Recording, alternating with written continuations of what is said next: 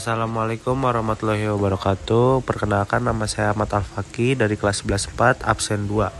Di sini saya akan membahas bab tentang wirausaha untuk masa depan. Kita masuk ke tujuan pembelajaran. Tujuan pembelajaran di sini ada 5. Yang pertama ada mengevaluasi informasi secara akurat, yang kedua menganalisis struktur teks, yang ketiga menelaah kaidah bahasa, yang keempat menulis teks prosedur, dan yang kelima menyajikan teks dengan visual yang menarik. Kita masuk ke yang pertama, mengenal teks prosedur kompleks. Teks prosedur kompleks adalah teks yang berisi langkah-langkah untuk melakukan suatu kegiatan secara berurutan dan detail. Fungsinya memberi instruksi atau petunjuk, membantu mencapai hasil atau tujuan yang tepat. Yang ketiga, jenis-jenis teks prosedur. Yang pertama ada teks prosedur simplex, satu tahapan. Yang kedua ada teks prosedur kompleks, multi tahapan. Yang ketiga ada protokol, petunjuk fleksibel dan singkat. Lalu kita ke ciri-ciri teks prosedur kompleks. Ciri teks prosedur kompleks itu ada 6.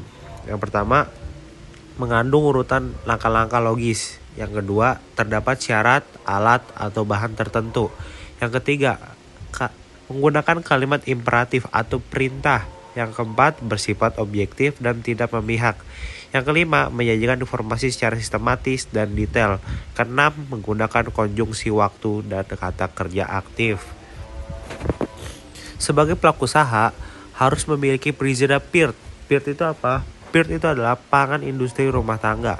PIRT merupakan izin jaminan usaha makanan atau minuman rumahan yang dijual memenuhi standar keamanan makanan, atau izin edar produk pangan olahan yang diproduksi oleh UKM untuk dipasarkan secara lokal. Untuk itu, kamu harus mengurus perizinan PIRT. Contoh teks prosedur mengurus PIRT. Apa itu PIRT? PIRT atau pangan industri rumah tangga adalah izin produksi makanan bagi usaha rumahan. Langkah mengurus PIRT ada 5. Yang pertama, mengikuti penyuluhan keamanan pangan, mengisi formulir permohonan, menyiapkan dokumen seperti KTP, KK, label produk, dan lain-lain.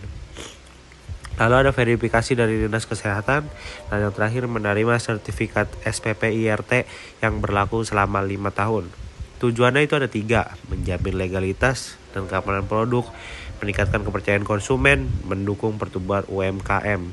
Selanjutnya ada struktur teks prosedur kompleks. Yang pertama ada tujuan. Tujuan pertama berisi maksud atau hasil akhir yang ingin dicapai dari suatu proses. Yang kedua, memberi gambaran umum mengenai kegiatan yang akan dilakukan. Ketiga, biasanya terletak di bagian awal teks. Contoh, cara membuat kopi susu. Yang kedua, ada langkah-langkah. Langkah-langkah yang pertama berisi urutan aktivitas yang harus dilakukan. Yang kedua, ditulis sistematis dan logis dari awal hingga akhir. Ketiga, menggunakan kata kerja imperatif, misalnya campurkan, tuangkan, aduk. Dan yang keempat, ada terkadang dilengkapi dengan alat, waktu, atau bahan. Yang ketiga, ada penegasan ulang. Ini bersifat opsional. Yang pertama, menyampaikan ulang penting proses atau hasil akhir. Yang ketiga, bisa berupa siaran, peringatan, atau penekanan ulang.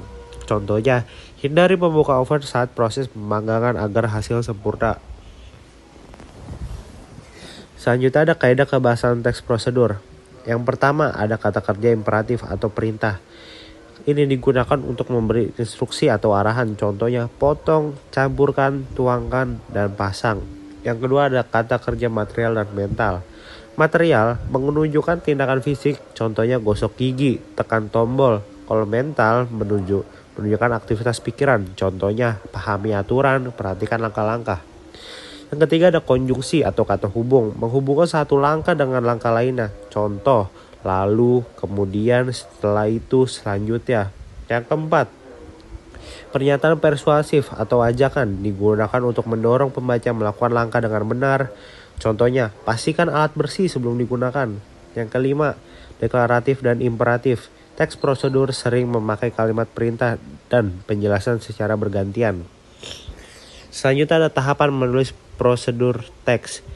Langkah menyusun teks prosedur menentukan topik dan tujuan, mengumpulkan bahan dan informasi pendukung, menyusun kerangka teks, menulis teks sesuai struktur dan kaidah, menyunting teks seperti ejaan, urutan, dan kejelasan, menyajikan teks dengan bahasa yang tepat dan mudah dipahami. Tips: gunakan bahasa baku, gunakan kalimat langsung dan aktif, dan sertakan data jika perlu seperti label, dokumen, dan waktu. Kesimpulannya adalah teks prosedur kompleks menjelaskan langkah sistematis untuk mencapai tujuan tertentu. Seperti ada struktur teks meliputi tujuan, bahan, langkah-langkah, dan penegasan. Dan juga kaidah kebahasaan mencakup kalimat perintah, kata teknis, dan verb aktif. Dan yang terakhir, penulisan teks prosedur harus logis, runtut, dan mudah dipahami. Sekian penjelasan dari saya, kurang lebih mohon maaf. Wassalamualaikum warahmatullahi wabarakatuh.